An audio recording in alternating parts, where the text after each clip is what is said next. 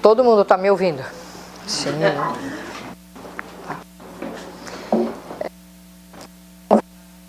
Então, né, para alguns professores sobre o ensino médio.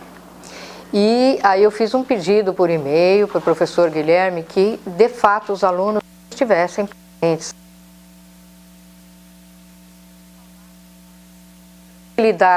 Sobre eles. E principalmente por que existe um ensino em alguns locais tem ensino inteiro. Muitas vezes as pessoas se questionam ou falam Waldorf ou alguma coisa assim, né? O Steiner deixou menos indicações, que é o Teatro 302, que fala sobre antropologia do jovem e da adolescência e a importância que isso teria, né, a partir do século XX em diante, né? E a primeira situação que ele propõe é que acontece um fato muito 12 anos de idade para as crianças. As crianças despertam para uma qualidade humana de uma forma um pouquinho mais consciente, ainda sem saber nomear essa qualidade.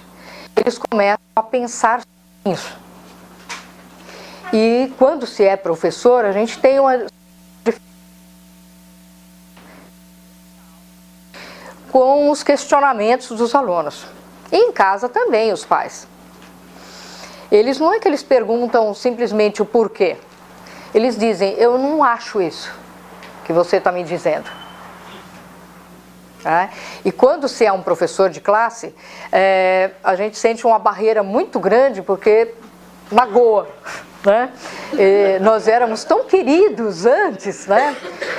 A gente percebe que até os 12 anos o aluno ele adora o professor, ele se encanta profundamente com o professor e com a aula. O Steiner fala que no primeiro setênio as crianças veem o mundo através dos olhos dos adultos.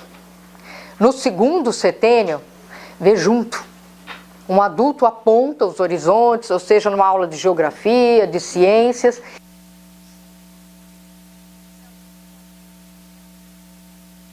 Palavras do professor. Dos 12 anos, mostrando, é assim mesmo. Você tem certeza do que você está para um professor de classe, quebra as pernas, dá uma sensação muito forte de indisciplina. Mas, na realidade, o que está acontecendo, ele está dando o primeiro passo para ter uma identidade própria e começar a fazer questionamentos. E a maioria dos adultos não gostam de ser questionados.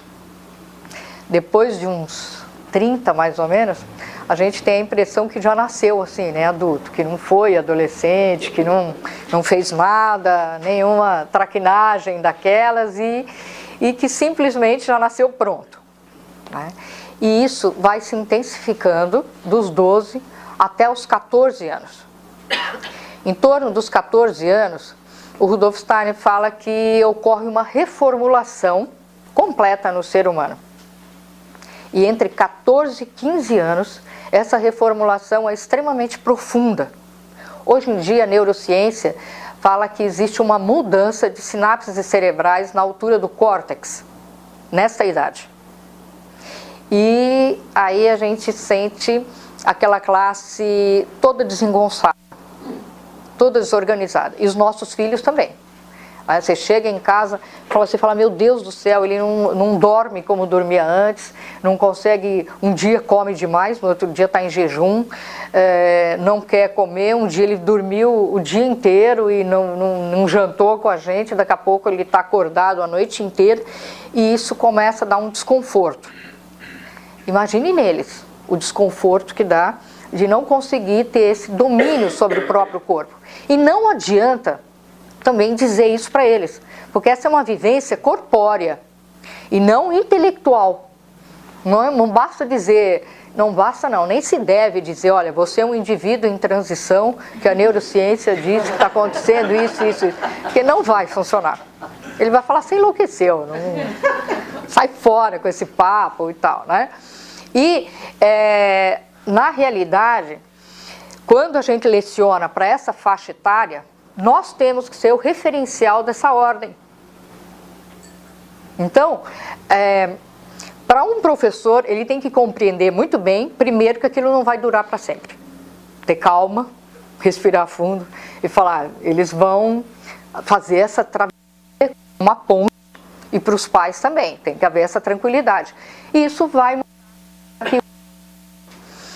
E é a hora que os adultos devem ser mais organizados e fazer exigências como o horário de entrada, horário de acordar, mesmo que ele tenha passado a noite inteira acordado, escondido lá mexendo no celular, ele tem que acordar na hora certa.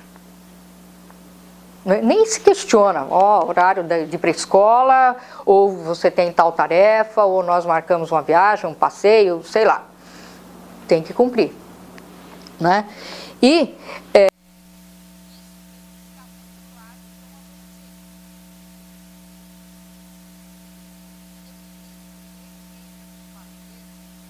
alguma coisa, ele tem que cumprir esses horários. Para isto, o adulto tem que cumprir os seus. Senão ele perde o referencial. E vocês não imaginam o alívio que é para esse jovem quando ele convive com indivíduos que têm essa forma. Uma vez eu tive um aluno, quando ele estava no 10º ano, eu tinha que cobrar ele todo dia. Eu nunca vi uma pessoa tão confusa. Ele tinha tantas coisas na mochila dele, menos os cadernos.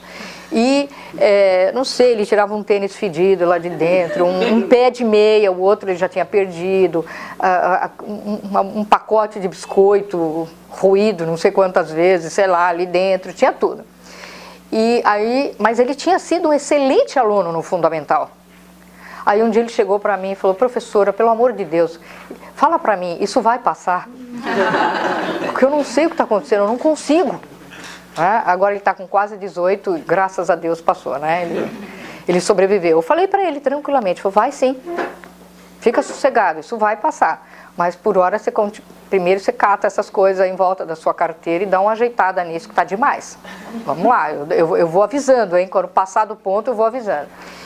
E essa é uma sensação, é óbvio que isso é um extremo, mas em geral todos eles sentem esse desconforto. Isso passa primeiro para as meninas e demora mais tempo para os meninos. Então, se os adultos souberem disso, fica muito mais fácil de lidar com essa situação, né?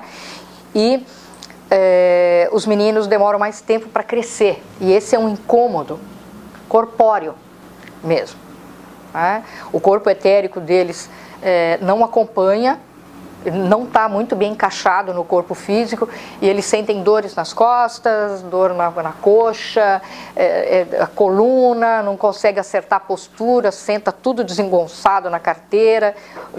Em um mês tem aluno que cresce 3 centímetros, aí a roupa está pegando, o tênis está apertado, aí ele está assistindo a aula, você vê que ele está tirando o sapato devagarzinho, e nunca um aluno do fundamental faz isso. Nunca. E você tem que ter muita paciência. As meninas reclamam porque os meninos suam muito e cheiram mal, aí tem todas aquelas encrencas, né? Eles são horríveis, abomináveis, aí eles ficam com ciúme que elas estão olhando para o menino do 12º, e tudo isso faz parte mesmo da história. Quando eles chegam em torno dos 16 anos, ocorre uma calma, uma tranquilidade. E surge assim um pouquinho de até uma melancolia. E 2 fenômenos começam a acontecer na alma do jovem. Idealismo, e isso não deve ser desmontado da alma dele. Ele acha que vai salvar o mundo, graças a Deus, né? Se a gente for para a vida adulta com 5 gotas desse idealismo, nós podemos ser pessoas melhores. Eles acham que podem salvar o mundo Eu farei isso, vocês não fizeram. Aí eles começam a acusar os adultos. A sua geração estragou o planeta. Acho que todo mundo já fez isso com os pais e deve ouvir isso também. E grandes paixões. Independente disso ser um namoro, uma experiência, alguma coisa, de fato eles amam.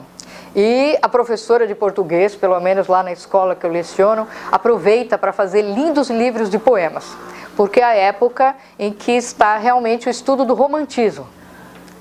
E pode-se pedir para criar, olha, eu devia ter trazido, ela até encadernou em capa dura, assim, poemas lindíssimos, de uma paixão profunda, de amores impossíveis e incontroláveis, e é uma coisa incrível. Se isso verter para a arte, isso é uma forma de se concretizar, de dar uma forma para esse sentimento tão avassalador. Eu duvido que aqui entre os senhores, aos 16 anos, ninguém tenha se apaixonado. Alguém não se apaixonou aos 16 anos? Não, né? Então, olha, eu sou professora de química. Gente, é muito difícil ensinar teorias atômicas ouvindo tanto suspiro. São suspiros e coraçõezinhos desenhados, né? E coisas assim. Então, a gente tem que, sei lá, contar a vida amorosa desses cientistas todos, que é para pegar um gancho. Não, mas é verdade. Então, você está lá com a teoria de Niels Bohr, aí a menina levanta. Ele casou. Casou. Com quantos anos? Mas é verdade, não tô exagerando, é assim mesmo. E isso faz parte do crescimento deles. E nessa época a produção artística é muito grandiosa. É muito grandiosa.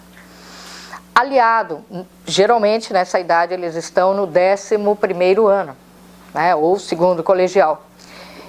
Tem uma das maiores vivências que eu acho que um ser humano pode ter, que o Rudolf Steiner pediu que se fizesse nessa época, que é a vivência do Parsifal. O Parsifal é aquele poema alemão em que conta a história de um cavaleiro que viveu todo o idealismo possível que um ser humano pode viver, viveu um intenso e grandioso amor, e ele foi muito além, né, do que seria um grande conto de fadas. Ele sofre e se sacrifica imensamente para encontrar o Santo Graal, que é o seu próprio eu, a sua própria parte espiritual mais evoluída. E essa narrativa, para os alunos nessa idade, ela é vivida de uma forma tão grandiosa que chega a comover. Lá na minha escola eu faço o possível para participar disso, trabalhar junto isso do Parsifal. É inacreditável as descrições, quando eles reescrevem ou recontam o Parsifal, chega a ser comovente. Às vezes eles colocam detalhes que você não narrou dessa grandiosidade, desse heroísmo todo desse cavaleiro medieval.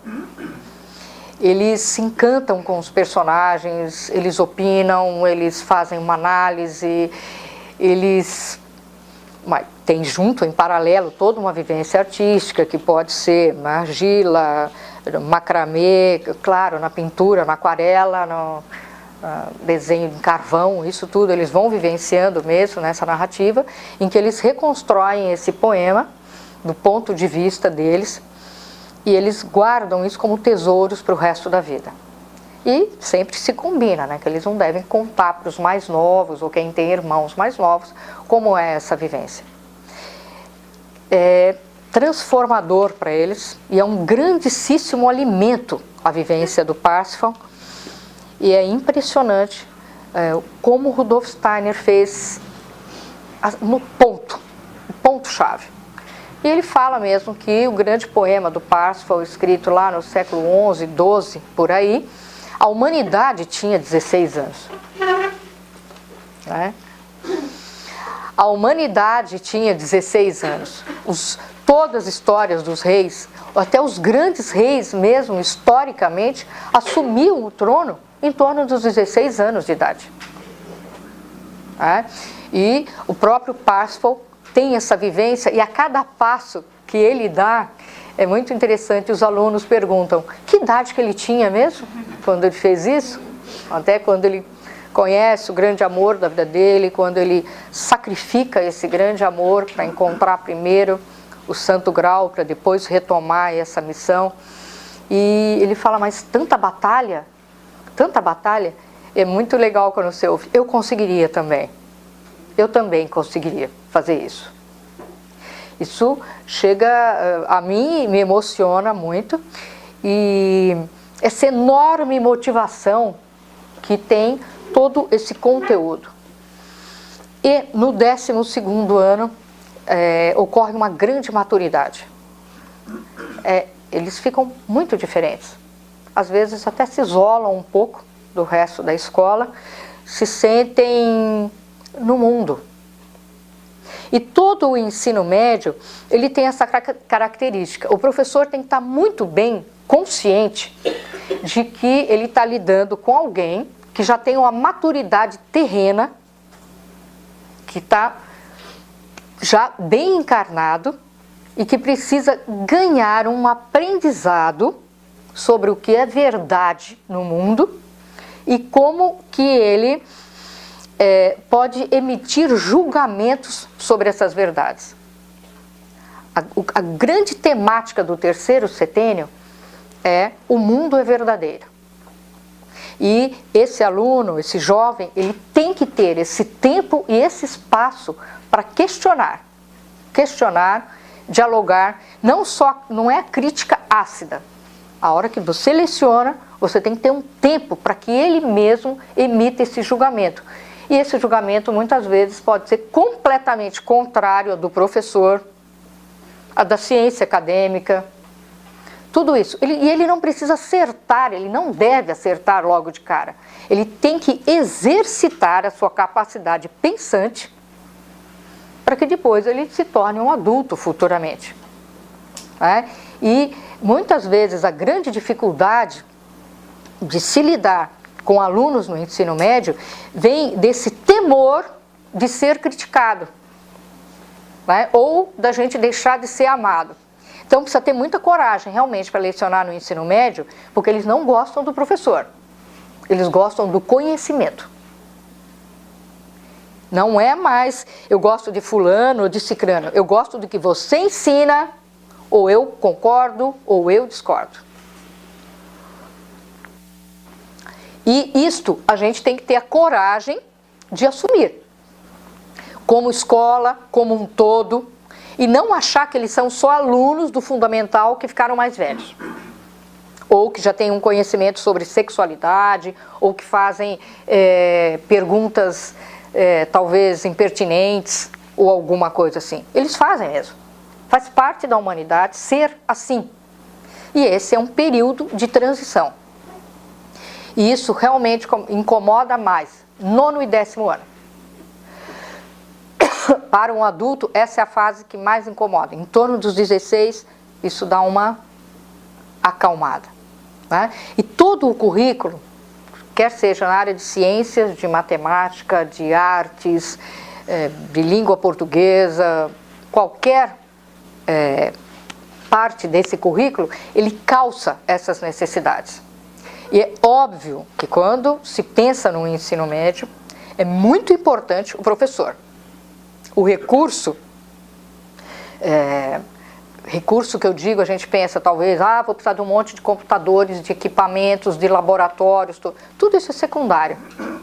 Realmente vai ser no colegiado, porque vai ser de ser humano para ser humano, nessa confiança em que esses jovens têm com esses seres humanos, e esses professores e também os pais têm que estar bem certos. Eles não vão acertar sempre. Seria muito bom se todos os pais entendessem o Parsifal. O Parsifal é um grande herói da Idade Média que erra. E depois tenta consertar cada um desses erros. Eu acho que é por isso que é tão importante essa narrativa na adolescência, né? E que sempre é possível retomar o seu rumo. Isso não quer dizer que os adolescentes errem. O que eu quero dizer é o seguinte, é que muitas vezes um adulto leva como uma mágoa profunda uma escorregadela de alguém de 15 anos. E não entende que ele tem 15 anos. E que ele não será sempre assim. Isso exige uma sabedoria e uma paciência muito grande para se lidar. E daí é que vem o grande desafio. Mas o currículo Waldorf do ensino médio, ele alimenta tremendamente essas necessidades desse tempo. Basta ter uma coragem e entender o que é essa maturidade terrena. Tá? A maturidade terrena que o Steiner fala é quando chega-se um ponto em que o indivíduo consegue se reproduzir. Ele diz, claro, que espiritualmente o indivíduo adentrou profundamente e ele vai conseguir dar continuidade à espécie humana. Só que isso não é o suficiente para alguém ser maduro. Né? Isso é maduro fisicamente.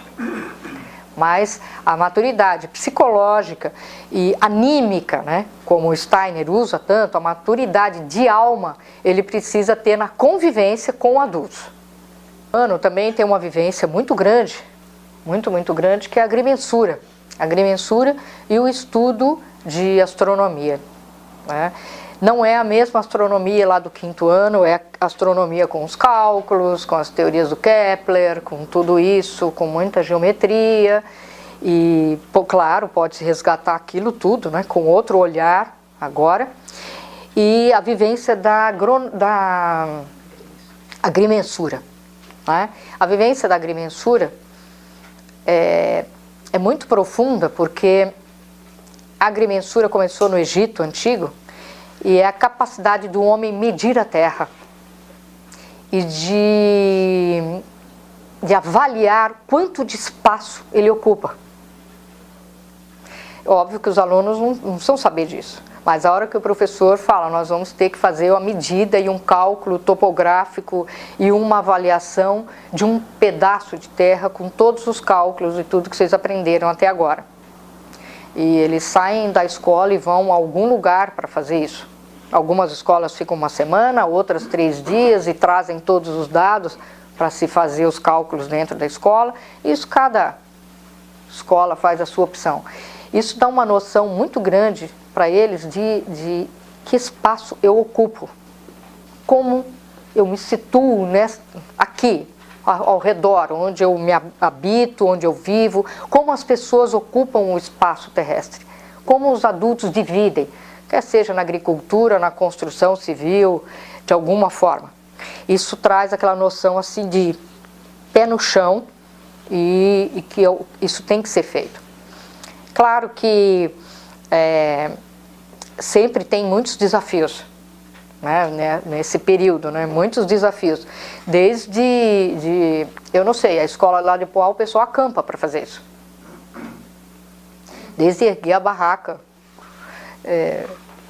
cozinhar, medir essas grandes, pelo menos lá, sei lá, 20, 30 mil metros quadrados e fazer calcular tudo isso, né, que eles chamam de fechar o perímetro com o uso do teodolito, ou depende do professor, se eles conhecem mais geometria ou menos geometria, geralmente o professor de matemática vai cuidar disso também lá com eles. E a gente percebe que tem uma transformação. Eles falam, nossa, aquele desafio foi danado, mas a gente deu conta. O professor achou que a gente não ia conseguir, mas isso deu conta, né? O pessoal lá em Pó, às vezes, o professor às vezes põe um lago no meio e a turma tem que atravessar o lago numa corda para poder fazer a medida certa. E em agosto, a gente aproveita e fazer em agosto, que o céu está muito estrelado, para complementar a astronomia e com a observação astronômica, já que eles ficam acampados lá, e o lago está gelado e a turma tem que entrar para medir dentro da água, né? E essa também é uma vivência muito marcante. Então começam a ter esses desafios, aquilo mesmo do verso, né? A resistência, até onde eu resisto Isso que era um enigma, eu vou tentar resolver. Ah, foi sofrido, mas nós conseguimos, nós vencemos. Isso é muito importante na adolescência. E esses desafios, nós não devemos subestimar os nossos alunos. Eles têm uma capacidade pensante muito desenvolvida. Muito, muito desenvolvida. E surpreende, e nos surpreende a cada dia. É uma coisa intrigante. Você prepara uma aula e chega lá um aluno, levanta a mão e fala: e aquele outro assunto vinculado a esse, como é que foi resolvido? É óbvio que o professor também não tem que saber tudo, decor, né? Por exemplo, sei lá, o professor de física está dando forças lá. Professor, como é que eles resolveram a propulsão daquele módulo que está em Marte? Porque eu vi a semana passada que falhou um motorzinho e tal. É óbvio que isso pode ser discutido. Ou o professor fala: olha, eu preciso até amanhã para procurar esse assunto e nós vamos discutir. Você procura de um lado e eu procuro de outro e nós vamos fazer um bem bolado aqui na aula, vamos destrinchar esse assunto.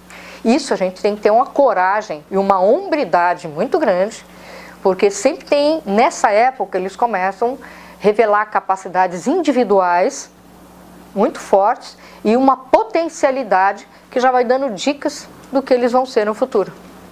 Vão dando já algumas dicas. O outro grande desafio do ensino médio, que algumas escolas fazem ao final do 11º e algumas outras no início do 12º, é o teatro, em que essa participação no teatro, em que eles têm que, além da peça, ajudar a construção toda do cenário, nos figurinos, em tudo isso, esse é outro grande desafio. E nessas peças de teatro do ensino médio fica muito patente isso, ele ter que aprender a se colocar em outra situação, às vezes em outro contexto histórico, e na pele de outra pessoa. Porque o adolescente também ele é muito, assim, voltado para si próprio e para os seus próprios interesses. E o teatro traz muito essa vivência e de você se colocar no outro. Eu me lembro de uma classe que eu fui tutora,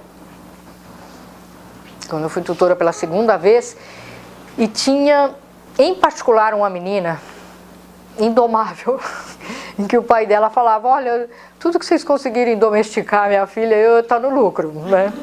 Ela era realmente muito, muito brava, né? Muito brava. Hoje ela é jornalista da TV Record, né? E ela era muito danada. E aí nós pensamos, não, tem que ter uma cena em que uma vez na vida ela tem, o desafio dela vai ser, ela vai ter que fazer alguma coisa ali que seja muito contrária a essa atitude. E aí eles fizeram um violinista no telhado e um dia ela tinha que ser a filha que pedia de joelhos permissão para o pai. Demorou uns 2 meses para fazer ela ajoelhar. Ela não conseguia. Ela não conseguia. Foi muito interessante, porque o pai dela, quando viu ela no palco de joelhos pedindo alguma coisa, ele falou: não acredito. Eu não acredito, né? E ela não conseguia nem encenar, nem se colocar no lugar de uma pessoa que pedia permissão para os outros. Então, esse era o grande desafio. E nesse teatro também, o tutor, junto com quem está elaborando, vê justamente o que é mais difícil para o indivíduo, né? Você pega assim, o menos corajoso da classe e ele tem que ser o herói.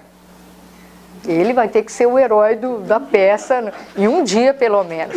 Né? O mais espivetado vai ter que ser o padre, sei lá, alguma coisa assim. E são desafios de você se colocar numa posição muito oposta do que normalmente a sua personalidade está revelando naquele momento. E eles conseguem. Conseguem, sim. Eles são muito grandiosos, esses teatros. Eles conseguem perceber preocupações sociais, né, nessa vivência do teatro, ou até falar, como que pode isso? Por exemplo, o violinista no telhado, uma aldeia de judeus na Rússia no século XIX.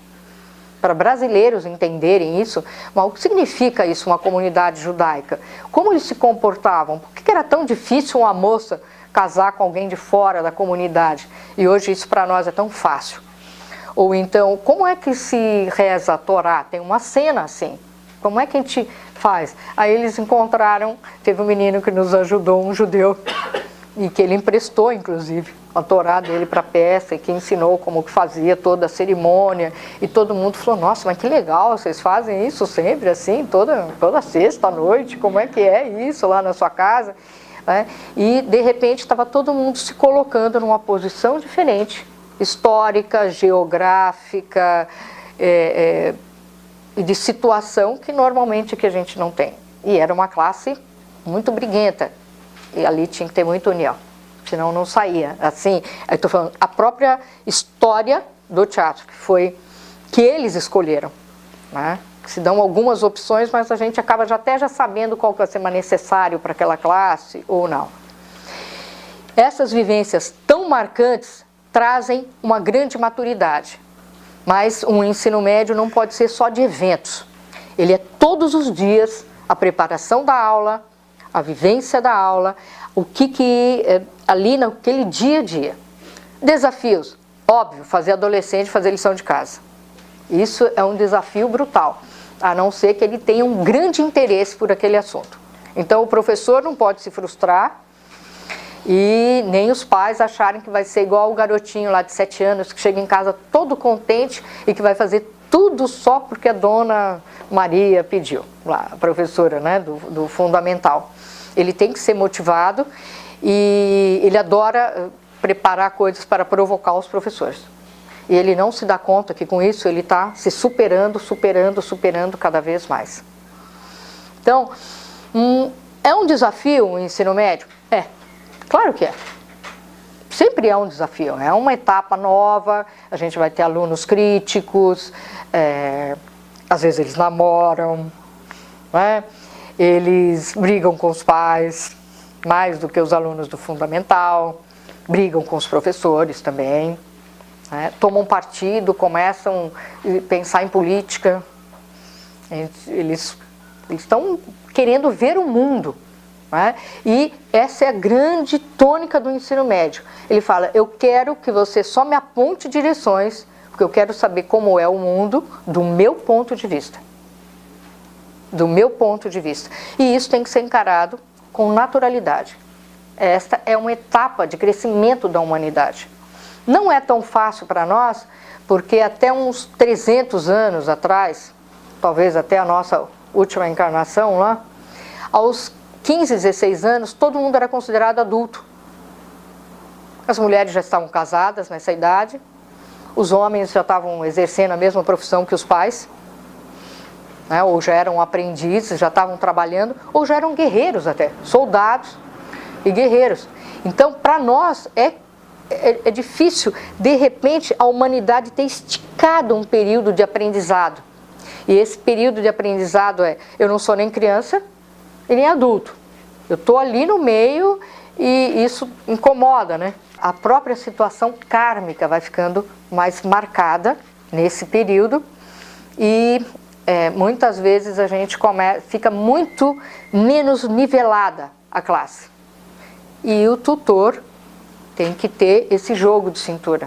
Ele fica muito mais marcado. Diferenças sociais, diferenças religiosas, convicções políticas dentro deles, eles vão se tornando únicos, indivíduos únicos, e vão saindo de um padrão. Todo segundo ano é assim, todo terceiro ano é assim. Na adolescência, isso não acontece, tá? Essa eu acho que é assim a marca de um ensino médio. E é preciso também ter bastante paciência. Os professores do fundamental geralmente põem nossa, eu não reconheço mais o meu aluno. Isso é muito típico, né? A gente fala, ainda bem, né? Porque se ele continuasse igual, tinha algum problema, ele não tinha crescido, estava com problema de retardamento, ele não pode se comportar como tivesse 8 aos 18. Mas por outro lado também, eles têm um senso de humor maravilhoso. Maravilhoso. Eles aprendem a imitar os pais e os professores de uma forma grandiosa, né? Eles põem apelido nos professores, acertam sempre. Acertam. Meu apelido é Cotonete. Não precisa nem dizer. É incrível, mas eu vou fazer o quê? Fazem caricatura. Tá vendo? Vocês ficam dando aula de desenho para os meninos, eles fazem caricatura dos professores. Quase todo dia. Você chega lá para dar aula, tem uma. Às vezes na lousa e tal, né? Então, esse senso de humor também enorme eles têm.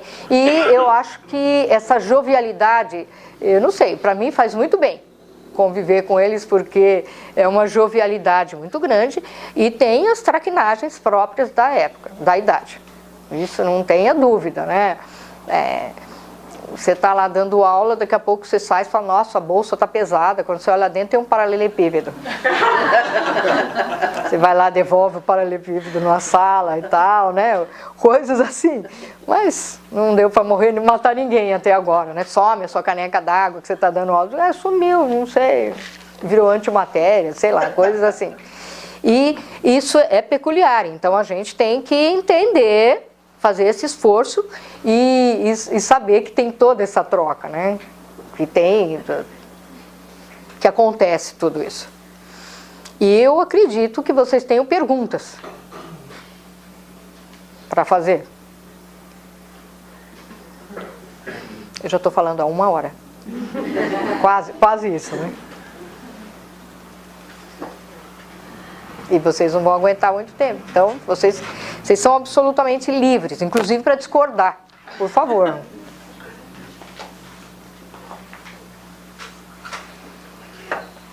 Pode falar. Está com vontade de falar. Vocês dão nota? Oi? Vocês dão nota? Nota, sim. Claro. Nota. E essa é uma recomendação do Steiner, de que a partir dessa idade, pode ser a partir do 9º ano, realmente sejam exigidas provas. Todo adolescente gosta de ser colocado à prova. Ele precisa ser colocado à prova. Se o professor não colocar, ele vai procurar essas provas fora da escola. E isso pode nem sempre ser bom. Mas a avaliação não é só a prova. É óbvio que às vezes você tem alunos que são brilhantes, durante a aula, a participação dele, ele faz textos com uma independência muito grande no caderno. Então, tudo isso é levado em conta na hora de levar nota. Sem dúvida, é dado nota. E é tranquila essa transição? Hã? De começar a ter prova? É tranquilo. Eles vão ficar decepcionados se não tiver. Eles precisam ter essa transição poxa, chega a ser status. Né? Agora, claro, nós crescemos. Então, precisa ter prova. E é muito, não é tão difícil assim. A gente pode, num 9º ano, por exemplo, perguntar assim, isso foi muito difícil? Aí alguns falam, não, isso foi difícil, mas a gente entendeu. Vocês faziam uma pergunta dessa numa prova? Ah, com certeza. Aí eu já anoto, esse é o negócio que tem que cair na prova. Eles mesmos vão dando muitas vezes uma dica. Isso logo no início. Já no 12º, eles vão sacando como que é isso, né? Como que é. E não é muito estressante, não. Para eles, não é muito, não. Vão se trabalhar. Eles têm uma memória extremamente forte e eles gostam muito de fazer muitos exercícios de fixação, listas de exercícios. É óbvio que vai ganhando muito mais complexidade a aula. Não tenha dúvida. E como é que eles estão lidando com a ausência de computadores na escola? Olha, muitos, na escola que eu leciono, o computador entra desmontado no 12º ano, numa aula de tecnologia, em que o professor ensina para eles como é que é um hardware. Porque eles usam em casa. Todo aluno. Lá eu desconheço um que não tenha na adolescência, ou que não mexa no computador da família, ou que não tenha o seu próprio. Não é? Então a gente fala, mas eles já sabem essa matéria. Ou mesmo quando os pais questionam, falam, mas isso eles já sabem. E não adianta você ensinar computação, daqui 2 anos aquilo tudo está obsoleto e de novo, e de novo, e de novo. E eles dão um nó na gente, que é uma coisa impressionante. Eu proibi o meu filho de mexer no computador até os 16 anos. Quando ele sentou, depois de 2 horas, ele falou, mãe, é isso aqui, já achei.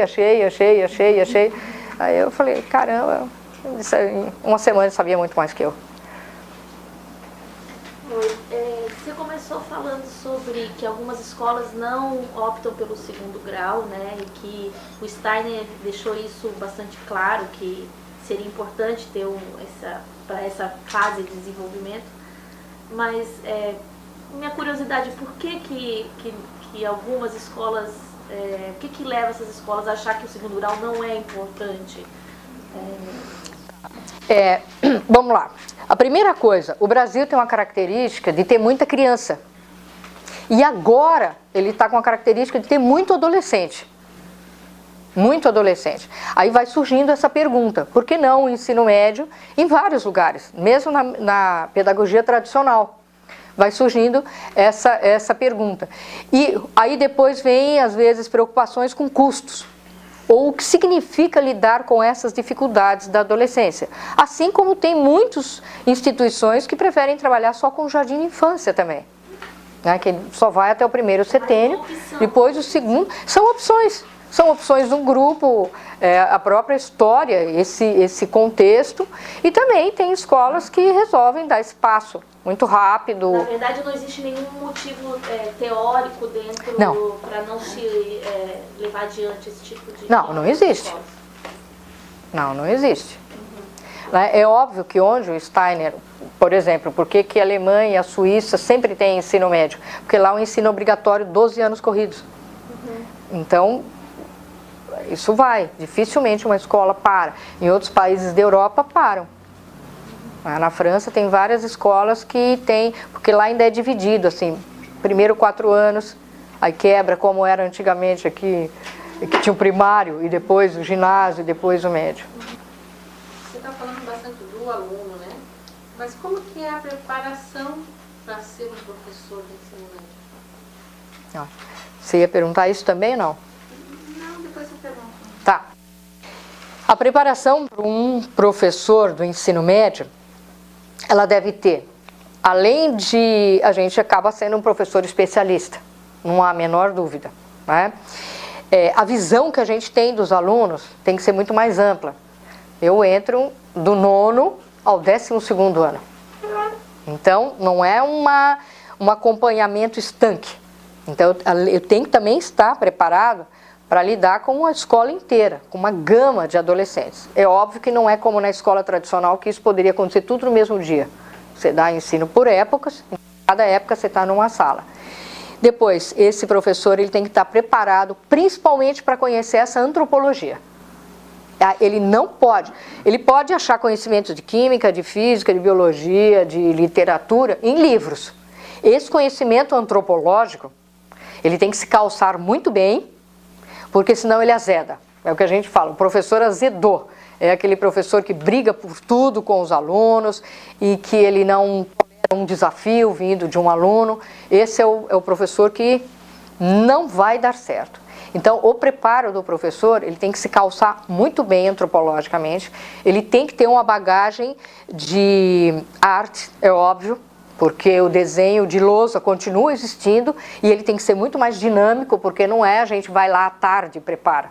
Se você dá a aula principal, vem o cara que está dando aula de matéria depois e apaga.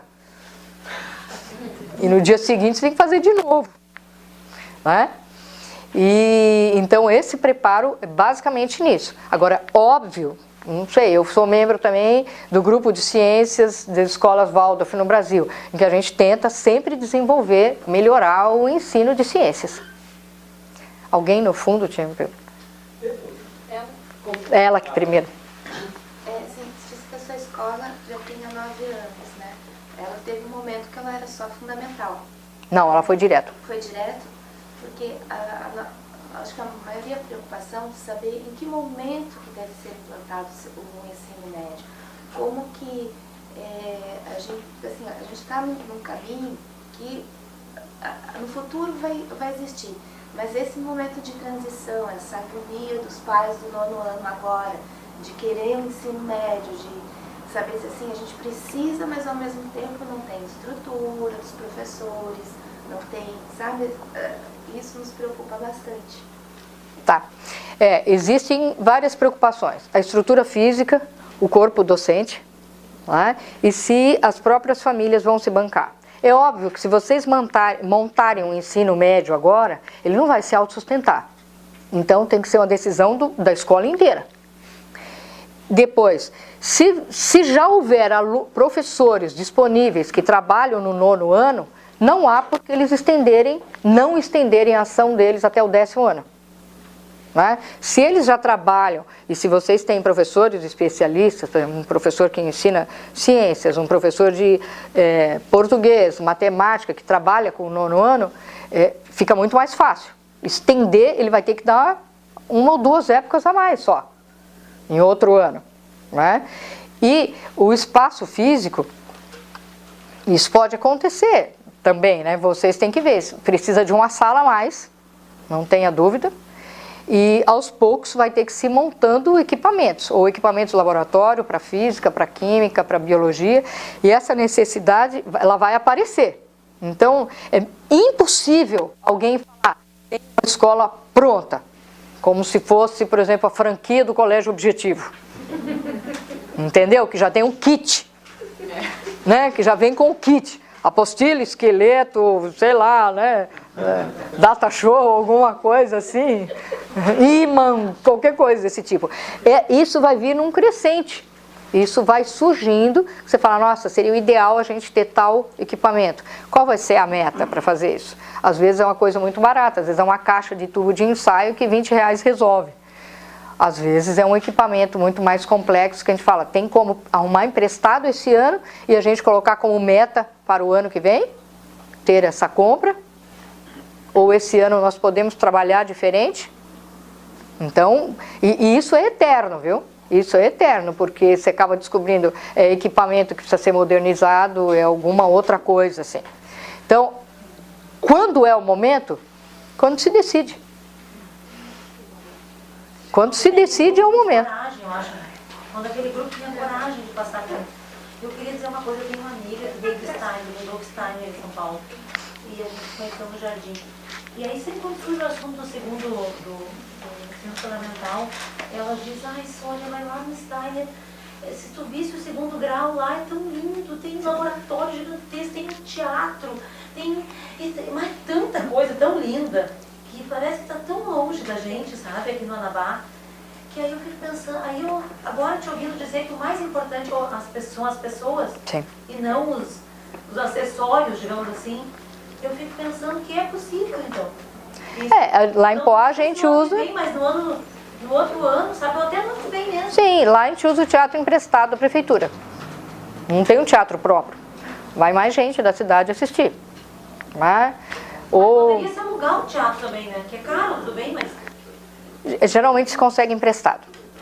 Esse ano até a prefeitura nem estava pronto o teatro, nós pedimos numa universidade e fizemos o seguinte, fizemos uma parceria. O pessoal da Faculdade de Pedagogia pode assistir o teatro como estágio. Existe um interesse muito grande em universidades que têm licenciaturas em fazer estágio em Pedagogia Waldorf. Existe esse interesse muito grande.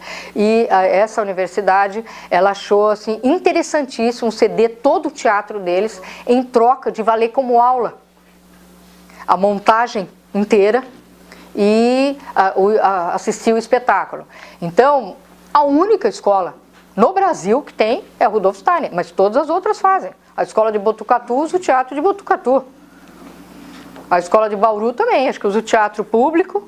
A Waldorf São Paulo usa algum teatro emprestado. O Colégio Micael faz uma tenda dentro da própria escola. É verdade, é um palco de madeira, igual foi o congresso, e eles puxam uma lona e faz o teatro lá. Pronto.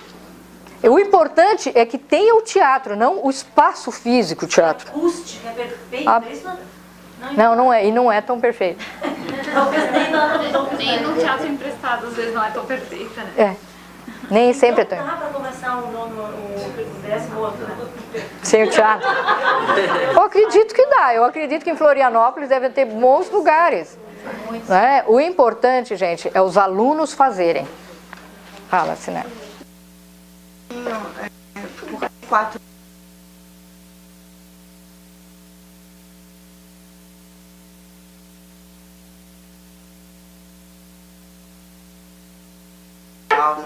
Sim. Na verdade, ele preconizou 12 anos de formação, né? E até o 8º ano com um professor de classe, e depois disso que ele ganhasse essa convivência com vários professores diferentes, e que isso realmente, aos poucos, vai sendo construído, essa estrutura primeiro, essa estrutura etérica, depois ele tem uma vivência muito grande desse astral. Aos 15 anos é quando explode essa astralidade. Isso nem sempre é indisciplina, não. Isso é uma manifestação interna e um desejo muito grande de conhecer o mundo. E depois, aos 16 anos, quando vai se elaborando, até realmente a alma do intelecto chega a dar uma fechada, né? Em torno dos 16 anos de idade, e eles começam a sentir o próprio eu, como eu falei para vocês no Parsifal, quando eles verbalizam: eu faria isto, eu agiria assim. Você sente assim um anseio muito grande de colocar sua própria personalidade, né? Um exercício que em Poá, pelo menos com o Parsifal: se você fosse um guerreiro, qual seria o seu escudo? E cada um tem que desenhar o seu, e que elementos e que símbolos teria nesse escudo. A gente se surpreende com o que sai nesses desenhos. E não existe uma orientação, esse é um argumento medieval, ou esse não é. A gente deixa muito livre nesse momento, e a gente se surpreende, e eles fazem questão: o meu tem que ser completamente diferente do seu. Você sente, vai ganhando uma maturidade para que mais tarde o eu assuma isso, realmente em torno dos 21 anos. Né?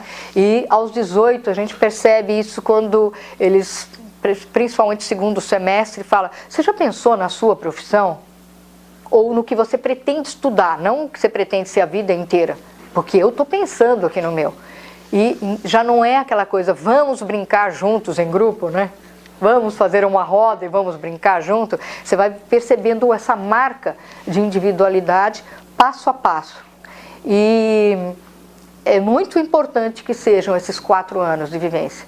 Essa entrada no terceiro setênio é muito forte. E eles... É muito impressionante quando se tem uma gratidão, né, de ver ex-alunos voltando. Na festa junina, a nossa foi domingo, como a de vocês, e a gente encerrou o semestre lá. Todo mundo acenando: Dona Isabel, olha, eu vou trazer meu convite de casamento, porque eu vou casar, e você tem assim já advogado. O outro: eu estou fazendo meu estágio em engenharia civil, estou fazendo... Você olha assim, você fala: caramba, olha o marmanjo que está aí, né, e está lá ainda me chamando de Dona Isabel lá, né? E traz esse retorno, né? E é incrível como eles põem. Eles têm uma comunidade no Facebook, lá, os ex-alunos de lá, que ficam assim: olha, quem tiver o filho primeiro, não esquecem, nós vamos combinar ter filho junto da nossa classe para ficar na mesma classe na escola. É muito engraçado isso, né? Eles já fazendo planos para esse tipo de coisa, né? Já tem compromisso de quem vai batizar o filho do outro. É uma coisa assim muito interessante. E eles voltam muito para a escola. Eles voltam, eles colaboram, eles divulgam, eles perguntam: como é que tá? A turma está se comportando direitinho? Tá, pode aparecer. Ou então eu falo: os meus filhos, por exemplo, né? Tem muito esse questionamento e nem moram mais comigo. Como é? O pessoal está indo direitinho na escola lá, mãe? Eu falei: tá, claro que tá, né? E então isso traz assim um sentimento de gratidão muito grande, e deles terem ainda um amor muito grande. Eles falam: essa é a nossa escola. E que saudade que eu tenho daqui. E como foi muito bom ter estado aqui. Né? Um outro componente muito forte no ensino médio é o coral. Coral é uma coisa bem interessante. A única disciplina que realmente o Stein exigiu que tivesse 12 anos seguidos é música. Isso não há interrupção, e ele faz essa questão muito grande, né? Ele sempre deixou isso bem claro. Ele fala que a música traz muita moralidade ao ser humano. E cantar no coral é um desafio tão grande para um adolescente, muito, muito grande, porque exige muita ordem. Você tem hora para entrar, você tem que respeitar a voz do outro. Mesmo que você tenha um volume imenso de voz, você tem que cantar um pouco mais baixo para não afogar as sopranos lá, sei lá, elas não desaparecerem, o som delas. E saber conduzir esse coral é uma arte muito boa que os regentes gostam muito de fazer, né? E exige uma disciplina muito grande. E os alunos não percebem isso. Eles não percebem que eles estão sob uma disciplina muito grande. E o professor de música também tem que ser um artista muito grande, porque ele trabalha às vezes com todas as salas juntas. Eles têm aulas por naipes, por vozes, em dias diferentes, mas quando tem os ensaios gerais, a apresentação, ele está com o ensino médio todo diante dele. Então ele é Que são quantos? Ele tem que ter muito firme ali a rédea dessa regência, porque vai estar todo mundo junto. E a gente sabe que a aula de coral tem briga, é a hora que tem encrenca, porque a turma... coral e educação física, né? Que a turma marca com o outro ali. Quantos alunos são no ensino médio lá? No ensino médio, lá... Ouro tem 80 alunos? Tem quase 80. Imagina botar tudo isso cantando junto. Quantos docentes? Quantos docentes? Você tem que ter uns 12. Para todas, para cobrir esses 4 anos, tudo isso. Porque nem... dá para intercalar, mas isso vai entrando aos poucos, gente. Vai entrando aos poucos. Ele não precisa, por exemplo, você ter o corpo todo fechado, você não tem os 4 anos. Por exemplo, o professor de educação física que dá aula no fundamental, se começa um 10º ano, ele pode ainda lecionar no 10º ano. A hora que chegar até o 12, que ele vai falar, não dá. Tem muita classe, muita aula, alguma coisa assim, eu não consigo. É óbvio que depois você precisa ter outro professor de língua, além do fundamental. Outro professor de música para dividir o trabalho, tudo isso. Aí não tenha dúvida. Mas isso é progressivo. Ninguém começa com tudo. Nenhum cara vai montar uma indústria já pensando que ele vai ter 2.000 funcionários, então ele desiste porque não tem um refeitório.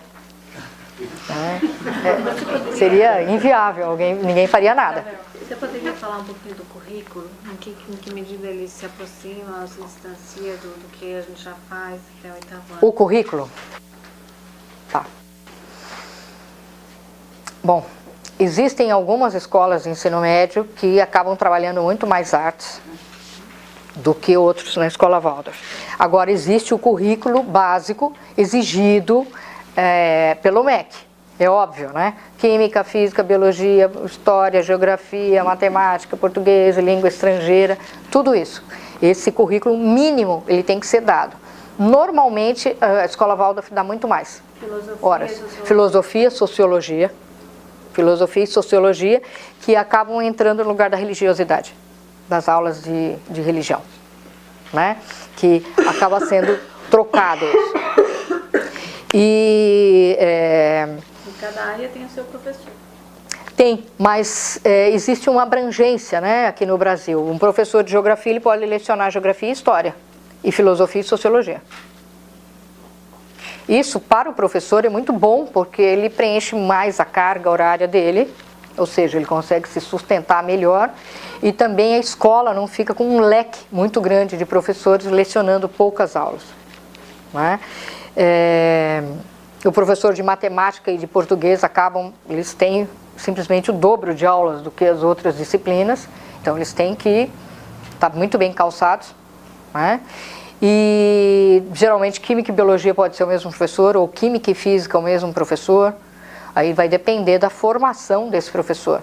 Ou às vezes o professor de português, se ele tiver habilidade numa língua estrangeira, ele também pode ensinar essa língua estrangeira, né? Então, se fosse uma escola, por exemplo, a Rudolf Steiner é uma das únicas no mundo que tem classe paralela. E a única no Brasil. Aí eles precisam ter um colegiado enorme, porque eles têm 2 décimos anos, 2 11º, 2 12º, né? Mas ela é a única. Aí ela precisa ter um colegiado enorme, mas também tem um colégio enorme, tem alunos, né? Para bancar tudo isso também. Isabel, mas ainda tem mais no currículo, né? Esse é o básico. É. E tem toda a incrementação Waldorf. Tem, claro, História da Arte, né? Como já tem no 9º ano, História da Arte, Artes Aplicadas, Marcenaria, deixa eu ver o que tem lá em Poá, Metalurgia, trabalhar com fios, pode ser também desde o macramê ou então com teares grandes, cada escola escolhe o seu, tem escola que trabalha até com palha, né? As tramas, né, como a gente diz, essas tramas, argila, modelagem, pintura em aquarela, argila é bom se preparar, porque essa moçada trabalha com 20 quilos de cada vez de argila. Eu não sei, lá a gente chega de caminhão, sim. Não, é verdade, 500, 600 quilos de argila. Não tem jeito para usar a escola inteira. Em função do currículo ser estendido, a carga horária dos alunos deve ser maior, né? Eles Sim. devem estar. Então, é impossível você imaginar que um turno só seja suficiente para... Não, eles lá em Poá, isso também perguntou. Eles na quinta-feira à tarde não tem aula, por causa da reunião dos professores, e eles têm aula das 7h30 às 13h, param por 1 hora e depois tem mais 1h30 à tarde. Esse ano em particular tem um período um dia que eles ficam até às 17h por causa do coral, né? Mas eles têm 1 hora de almoço e retornam. E essas aulas nesse outro período geralmente são educação física, artes aplicadas, coisas que fazem barulho, que suja muito, né? E as intelectualizantes acabam ficando num período só. Todas as tardes, menos aqui. Todas as tardes, menos as Quantas quintas. experiências de ensino médio a gente tem no Brasil? Além da sua? Na capital, em São Paulo, tem 4 escolas com ensino médio. Aí no interior de São Paulo tem Bauru, Botucatu, Ribeirão Preto, Campinas, começou esse ano. E onde mais, quem está falando, tem mais uma. Estava falando agora. Ribeirão? Ribeirão? Cuiabá, né? Campinas. Campinas também tem. Aí tem Cuiabá.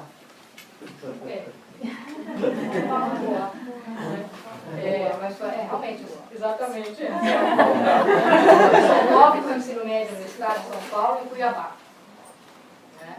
E muitas outras escolas que sabem que vão acabar dando espaço, porque elas estão crescendo. Minas, eu acho que tem bastante, né, também escola com 2º grau, será que não? Não tem nem. Minas está em Belo Horizonte se preparando. A Pólen não tem? Para começar. A Pólen está ensaiando também para começar. E Juiz de Fora está aceitando É paineira.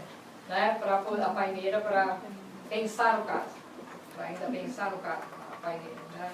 Ainda que se questiona um pouco. Como que se dá essa relação desse diálogo da expectativa com os pais do vestibular, filhos na faculdade, com todo esse outro mundo que a escola propõe até de pausa de uma coisa nova? A primeira coisa é deixar bem claro. Bem claro. Isso, ó, você está matriculando seu filho no ensino Waldorf e ele não vai adestrar, porque realmente é um adestramento. Eu não sei como é aqui. Em São Paulo, FUVEST é uma coisa assim que descasca um indivíduo como se fosse um facão descascando cana. Tira de couro mesmo. Então, a gente deixa bem claro, olha, não é um adestramento, porque lá tem colégios que adestram. Olha, quando eu digo adestramento, eu estou brincando. Existe currículo para ensino médio, que é assim. Existe não, o Brasil permite isso. O ensino médio como um todo tem que ter tantas aulas de educação física, tantas aulas de química, de física e tal, tal. Então, o Colégio Objetivo em São Paulo faz isso. Olha, meu amigo, você vai fazer educação física todos os dias no primeiro ano. Toda a tarde inteira. Porque isso você não vai fazer nunca mais. Porque depois você só vai ficar fazendo simulado à tarde para passar no vestibular. Então, é um absurdo você fazer o cara virar um super atleta no primeiro ano e depois deixar um espírito no segundo e terceiro ano. Porque justamente a educação física foi colocada para ter uma atividade física ao longo do seu período de adolescência. Aí chegar no último ano, o indivíduo tem aula o dia inteiro de química, física e matemática, que são as matérias mais difíceis, e ir lá no domingo ficar fazendo simulado para o vestibular. E aí eles ainda oferecem uma outra coisa, psicólogo. Precisa muito mais de cara de 17 anos. Né? E aí, é a mesma coisa falar, vou dar um murro na sua cara, mas depois eu te dou uma dentadura. Não é? É estranho assim. Sim, mas só tornar consciente que o pai está botando no ensino válvulo, resolve no caso de vocês? Sim. E muitas vezes eles têm parentes, isso historicamente, muitas vezes eles têm parentes que não funcionam no tradicional. Eles mesmos falam, meu primo enlouqueceu, ele não passou no vestibular. Porque a promessa dessas grandes escolas é o seguinte, seu filho vai entrar no vestibular, e depois 1% deles entram. Aí você vê a foto do indivíduo meio verde, com as orelhas enormes, claro que passou no vestibular. E o resto não entrou do mesmo jeito, lá não fez teatro, não foi para a agrimensura, não ouviu a história do Parsifal, não teve toda essa vivência. E muitos dos alunos depois, isso não quer dizer que se o ensino é Waldorf, ele tem que ser mais fraco. Não pode ser nenhum. Né? Ele pode ser um bom ensino e depois esse aluno pode, se ele quiser, ainda ganhar um ano fazendo cursinho ou pensando na vida. É até bom porque ele não vai tomar trote muito cedo. Os trotes estão lascados aí, né? Ou alguns nem vão para a universidade. Uma vez eu perguntei isso para o Rick, que dá aula lá na Suíça, né? Como professor que lecionou aqui há muito tempo, aqui no Brasil e dá aula na Suíça. Ele falou, não, na Suíça 14% do pessoal que sai de qualquer ensino médio vai para a universidade. O resto não vai. Não há esse desespero igual se tem no Brasil, de que todo mundo tem que ter um curso superior. Lá o pessoal é feliz, sendo padeiro, mecânico, comerciante, alguma outra coisa. Não tem essa expectativa desesperadora. Aqui tem muito assim, mídia, né, de ter que empurrar, a gente tem que ter um patamar de ensino, e empurrar a moçada, e depois eles desistem no primeiro, segundo ano, a desistência, o grau de desistência é muito grande. No Enem, como é que fica o Enem na escola? Oi? Eles fazem o Enem, né, normalmente, como é que eles Se desempenham? quiserem fazer o Enem, sim. Se eles quiserem fazer o Enem, a gente prega lá, o governo do estado manda a plaquinha com a gente, ó, a inscrição do Enem é tal dia, a gente pôs ali no mural. Ah lá, alguns vão, a escola recebe um código, né, naturalmente, isso é mandado para a escola um código, ó, vocês vão fazer a inscrição, a gente vai escrever aqui o código que essa escola tem. Alguns vão muito bem, outros nem tanto, outros não têm expectativa, ou então falam, não vou fazer esse ano, só o ano que vem, eu não tenho grandes escolhas. Agora, há pais que pressionam, sim, pressionam o filho. Aí o tutor tem que conversar muito bem com ele e deixar bem claro. Porque se ele começar a nortear a escola, ela deixa de ser Waldorf. Ao invés de pensar na formação daquele ser humano como indivíduo, ele acaba virando uma máquina de frustrar a gente. Porque não é assim, que alguém vai sair aos 17 anos para passar no vestibular. Isso é uma minoria esmagadora de quem passa. Assim, de cara. Vocês recebem só alunos também só no ensino médio, que nunca frequentaram a escola? Como é que fica esse ano? Como é que é para eles? Sim, e isso não pode ser negado por lei. Isso não pode ser negado por lei. Tem alguns que demoram um pouco para se adaptar. Né? Que aspecto? Alguns demoram para se adaptar, quando eu digo assim no sentido. Eles chegam e cochicham assim para o tutor. Eu vou ter que falar esse verso todo mundo. Aí você chega. Você não sei. Não, você vai imitando, porque aqui nos dias você aprende. Né? Isso é o verso da manhã. O verso da manhã. O verso da manhã, que falam todo dia. Né? Ou então, fazer fazer algum movimento, né? Que você começa na classe a fazer algum movimento, eles começam, eu não vou fazer isso não. Hoje você olha, amanhã você faz. Tudo bem? Aí a turma, ei fulano, vai de ser bobo, vamos, vai puxando. Né? Geralmente a adaptação é muito boa. Isso, eles acabam incorporando e os que a gente já recebeu lá, 90% lamenta que os pais não terem colocado mais. Eles lamentam. E o tutor, o que é? Ele é professor de matéria também? Sim, ele é um professor, tutor, ele vai ser o intermediário entre alunos, o resto do colegiado e as famílias.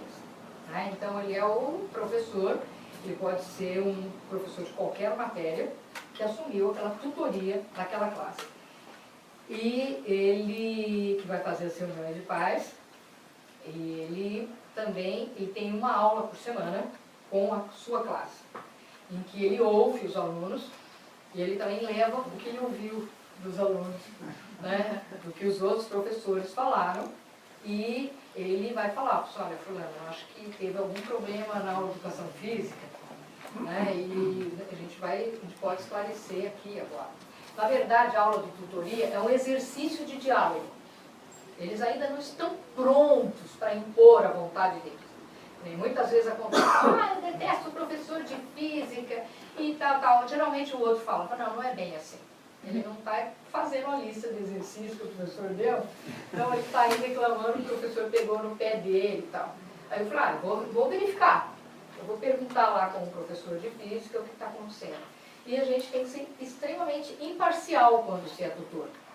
Né? Saber que a gente está ouvindo ali a opinião de adolescentes. Né? E que a gente não pode também se deixar enrolar por eles. E por outro lado, intermediar, às vezes, situações. Já me aconteceu, por exemplo, de chegar um aluno e está muito mal. Muito mal. E aí, chega na hora do intervalo, o professor que está dando época falou, olha, Isabel, você dá um jeito lá. Tem um lá que se negou a fazer tudo, disse que hoje não vou fazer o caderno, e não vai fazer isso, não vai fazer isso. Aí, às vezes, com o adolescente, a gente não expõe ele. Aquela individualidade. Aí você chama de lado. Mano, o que aconteceu? Meu pai tentou se matar lá. Aí eu acho que é demais exigir o caderno de um cara depois de uma situação dessa. Então, às vezes, você tem que avisar o professor, falar, ele teve um problema muito sério na casa dele, na família dele. Vamos fazer o seguinte, deixa eu copiar em casa o texto do outro e aos poucos ele vai contornando. E chegar para esse aluno e falar, olha, tudo bem, você precisa ir embora hoje, às vezes é melhor nem ir. De repente, ficar com você em casa, ele vai ficar lá mesmo, com a turma dele, às vezes ele consegue desabafar com um amigo, né? Adolescente tem muito isso de ter aquele amigão fiel, e já é muito, ele tem contado para um adulto essa situação, às vezes para ele já alivia uma carga muito grande, e a gente não deve expor, não só expor o pai, mas principalmente aquele jovem. Fala, olha, tudo bem, vamos, você dá um tempo. Ah, mas você não vai contar para ninguém? Não, não. Pode deixar. Às vezes até para o outro professor, então chega lá o professor de inglês e fala, olha, acho que fulano não está bem hoje. Vamos dar uma chance, vamos dar um perdão para ele.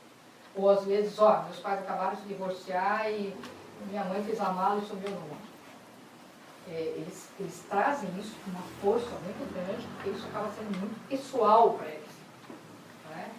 E às vezes tem alunos muito doentes também, que passam por situações muito difíceis, ou recebem diagnósticos muito difíceis. E existem situações que nos surpreendem de solidariedade. Eu estava conversando com o Guilherme, que conhece um professor assistente lá de Poá, e que foi nosso aluno. E ele tinha uma irmã gêmea que faleceu. Faleceu depois que eles tinham saído da escola. Inclusive, fazia 21 anos e ela faleceu. E aí eu fui ao velório, eu tinha sido tutora deles e tal, fui ao velório. E eu me surpreendi, não sei como, apareceu a classe toda no velório. E eles ficaram em volta do caixão, a família recuou e eles falaram o verso da manhã.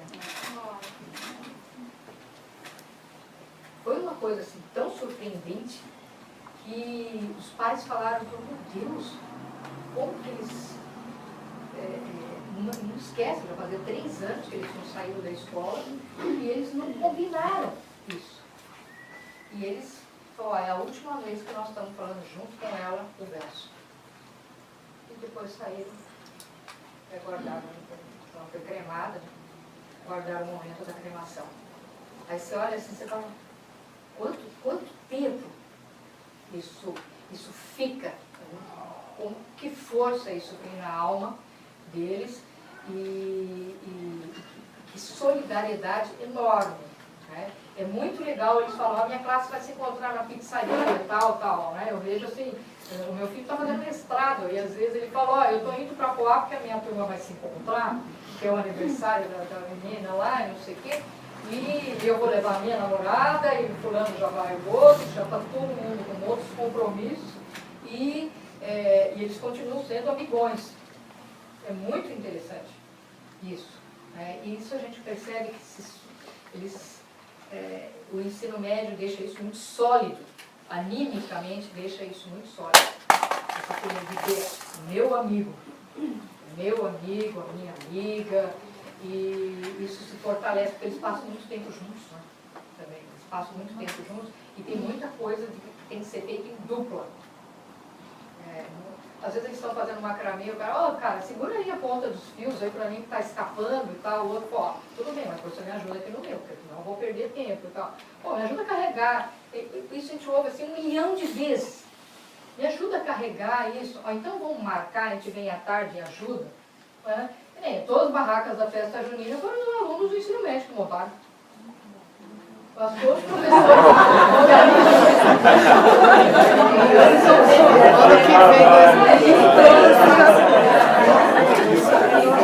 Ano que vem já vai ter ensino médio. Dependendo do professor. Adorando isso. Ela falou em rapazes fortes, são muito mais forte da escola. A tua percepção, qual é o desafio de uma no ensino médio nessa situação do Brasil? No Brasil, a pressão do vestibular. No teu contexto lá. No meu contexto lá, nem. Talvez o medo dos professores. Porque quando a gente tem que contratar um professor, ele tem medo de adolescente. Porque o adolescente vai chegar, você vou ali, e vai contar o doutor. Assim, você acompanhou implantações, algumas implantações de ensino médio, algumas escolas que deram esse passo? Sim. A gente sabe que muitas vezes esse ensino médio é assim como você falou, não tem exatamente a estrutura certa, não tem o corpo docente formado, mas vamos lá, né? É esse passo que depois você construiu. Esses casos que você acompanhou, como que foi isso depois? Foi tranquilo? Deu certo? Ou alguns anos foi difícil? Como que foi esse caminho? Porque implantar pode ser fácil, assim, de falar, então vamos, tá, temos 10º ano. E depois? O que eles erraram também? O que deu errado? Assim, a trajetória depois da primeira paixão. Quero, dentro da mesma, complementando, qual que se pensa como número mínimo de alunos para formar um grupo que tenha uma dinâmica de funcionamento, né? Qual que seria um mínimo mesmo? Eu acho que isso varia de um lugar para o outro. Se for uma escola que tenha um ensino fundamental muito forte, ela sustenta financeiramente e vai dar um suporte. Agora eu vou dizer uma coisa, quando a escola completa o ciclo inteiro, até o médio, ela inteira ganha uma força. Ela inteira ganha uma força. Porque vão ficando os irmãos, vão vindo os primos, vão vindo outras gerações, vai ficando. Né? Então ela acaba ganhando uma coesão como um todo. Para se ter esse número mínimo, vai depender do suporte financeiro que vai ter inicialmente. Mas você pode acreditar que a cada ano ela vai crescer. A cada ano ela vai crescer. Quando os pais virem o primeiro teatro sair, eles vão falar, isso é demais. Eu acho que tem que ter essa vivência para todos, não só os filhos deles. Ele falar, nossa, como é diferente de um teatro de 8º ano, não que seja melhor, mas mostra um grau de maturidade dos alunos maior. Tanto é que, por exemplo, a gente sempre faz primeiro o do 8º ano do teatro, que é para não ter julgamentos ou comparações.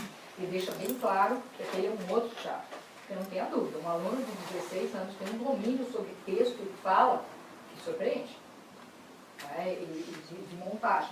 Então, a hora que vão surgindo, essas vivências vão surgindo, que a gente vai confiando neles, eles trazem resultados por si só, que às vezes a gente fala, eu nunca imaginei que ia ser tão bom assim. Né? Então, não existe um número mínimo. Se existe um grupo considerável em que eles possam ser amigos entre si, para que isso vá adiante, é o suficiente. E se a escola conseguir bancar isso, depois com o tempo, o ensino médio, claro, ele vai se autossustentando também. Então, mas quais foram esses desafios que vieram depois, esse caminho? Os desafios estão nesse estudo da antropologia. Você, dentro do colegiado, desenvolvendo esse estudo da antropologia. Realmente foi isso. E tem essa formação, será? Sim, esse cara foi dentro de Poá, um pouco em Campinas também. E a Francisco de Assis. A escola Francisco de Assis, que está no 11º ano, ainda não completou. A Francisco de Assis é na capital. Você pode explicar um pouco mais sobre o que se trata Essa formação da antropologia. Então, essa antropologia é aquilo que eu estava falando no começo. metodologia? Não, não é a metodologia, não. É essa coisa de você entender um aluno de 15 anos, ou de 16, ou de 17, você ter um entendimento do que é que ele precisa naquele momento aprender.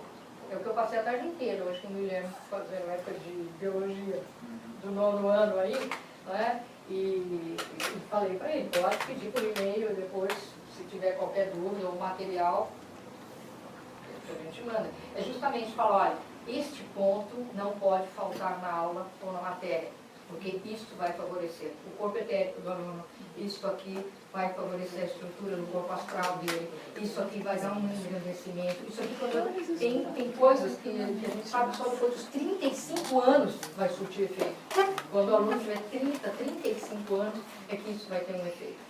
E um professor olhar para os seres humanos com tamanha admiração e dedicação, sem esperar que esse resultado surja diante dos seus olhos imediatamente, isso exige um pouco de autoeducação.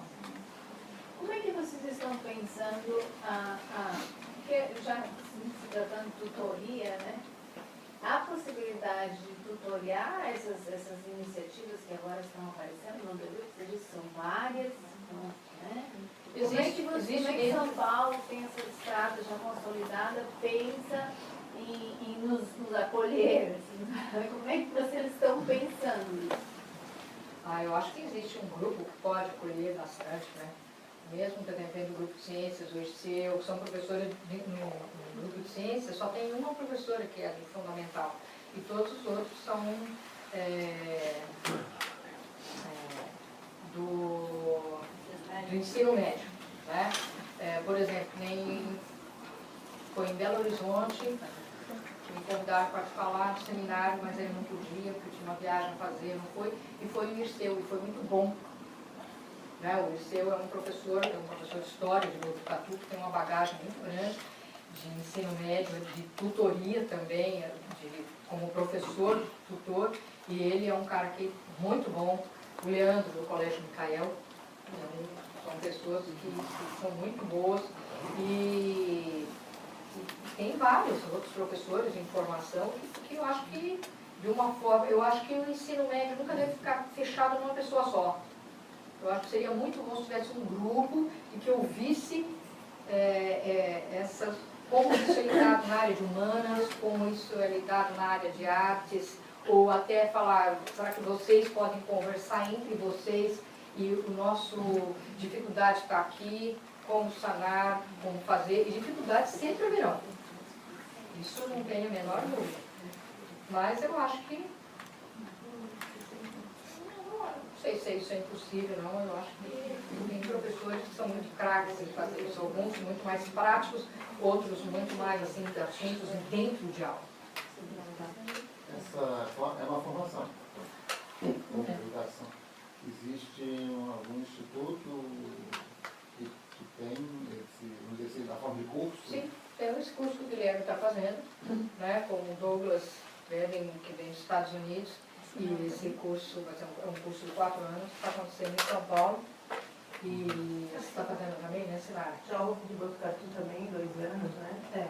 Existe o seminário de Botucatu, que dá formação para ensino médio, e existe esse curso que veio dos Estados Unidos. Eu acredito que futuramente o IDW, todo mundo sabe o que é o IDW? Instituto de Desenvolvimento Waldorf, eu acredito que eles vão conseguir ter uma faculdade de pedagogia Waldorf. Eu estou confiante. Estou confiante que em São Paulo vai sair. Muito em breve. Muito em breve. Porque foi montado com toda uma estrutura do Instituto, toda a parte do prédio físico, para ser uma faculdade Waldorf mesmo, a formação de professores Waldorf. Eles estão esperando a aprovação do MEC. Mas do jeito que foi apresentado, eu acho que isso, mais cedo ou mais tarde, isso vai sair assim, oficialmente como uma faculdade dentro do Brasil. E eles ainda fizeram muito legal, que não precisa ser só no espaço físico deles. Então eles podem ir a outros estados. Será que, falando um pouco sobre a antropologia, que foi perguntado, né, dizer por que o ensino de ciências é colocado a partir do 6º ano? Você já falou um pouco, né, dessa mudança que ocorre neles, como isso é na escola Waldorf, né, e um pouco do grupo de ciências, né, porque eu acho que muitos aqui não conhecem. Ok. O ensino de ciências na escola Waldorf, além de ensinar, é óbvio, aquilo que os currículos obrigam mesmo, né, sei lá, conhecimento de ciências, biologia, história, geografia, química, física, né? Além disso, ele é construído dentro da escola Waldorf de modo que, a partir da vivência de fenômenos, nem que esse fenômeno seja uma narrativa, a partir da vivência de fenômenos, você aprenda a fazer julgamentos e tirar conclusões próprias. Isso começa bem devagar, a partir dos 12 anos de idade, em que o fenômeno é muito grande e a parte pensante por parte do aluno ainda é muito pequena, até que chega lá no 12º ano, é muito interessante. Você faz uma experiência, às vezes que dura 10 minutos, e eles querem discutir 1h30, tudo que aconteceu. Não, eu concordo, eu discordo, isso gera dinheiro, isso não gera, isso polui, isso não polui, isso é desumano, isso é válido, isso não é válido. E o professor pode dar bastante corda nisso, porque na verdade é aí que está o exercício pensante. E o ensino de ciências, ele vem assim, eu quero saber tudo que a humanidade faz com o mundo e a partir de onde vieram essas ideias, para que os seres humanos pensassem e agissem a partir dessa ciência, e o que isso interfere no planeta que eu vivo e no momento atual que eu vivo. Não é?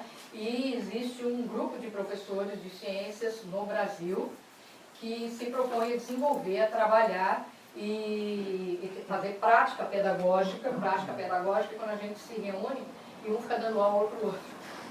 Para que o resto fale, não, olha, você precisa melhorar aqui, você precisa melhorar ali, ou isso é bem pontual, ou a gente se propõe tarefas, e também existem cursos de como se desenvolver essa parte antropológica ou temas específicos de ciências.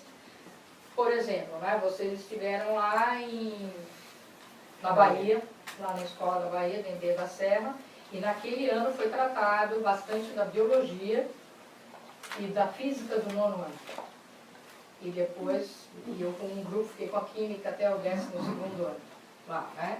Então, foi tratado especificamente essas matérias, porque previamente foi o que as escolas mais pediram, que eles precisavam enfocar nesse tema. Ok?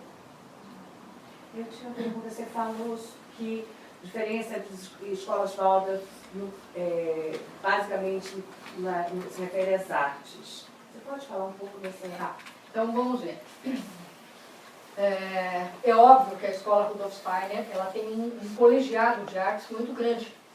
Então, ela é a escola Waldorf que mais privilegia o currículo de artes. Tá?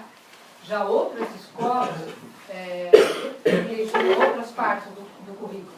Isso é muito sentido de um grupo para outro. Né? Com o tempo, cada escola vai definindo a sua própria identidade e o que aquele grupo precisa. Nenhuma escola deve ser uma cópia do que a outra. Ela pode colher essas experiências todas e, aos poucos, falar, nossa, aqui na nossa escola não deu certo isso. Ou isso é extremamente caro para o nosso grupo, chega a ser um luxo. Por enquanto, isso não vai entrar no nosso currículo. Ou então, a gente percebe tônicas interessantes, né? Por exemplo, a escola de Poá, ela tem um componente extremamente forte no coral dela. É uma coisa inacreditável. Todo mundo convida o coral para cantar, eles viajam bastante, eles se apresentam muito em São Paulo, tem apresentações coletivas, tem um monte de vídeo, sei lá, na internet e tal. Não sei, aqueles alunos parece que nasceram ali por perto para cantar. Entendeu? Tem muitas aulas de música. Eles pedem, os pais pedem, o professor concorda, e ainda faz ensaios extras sem cobrar nada, ainda montou um coral com os pais,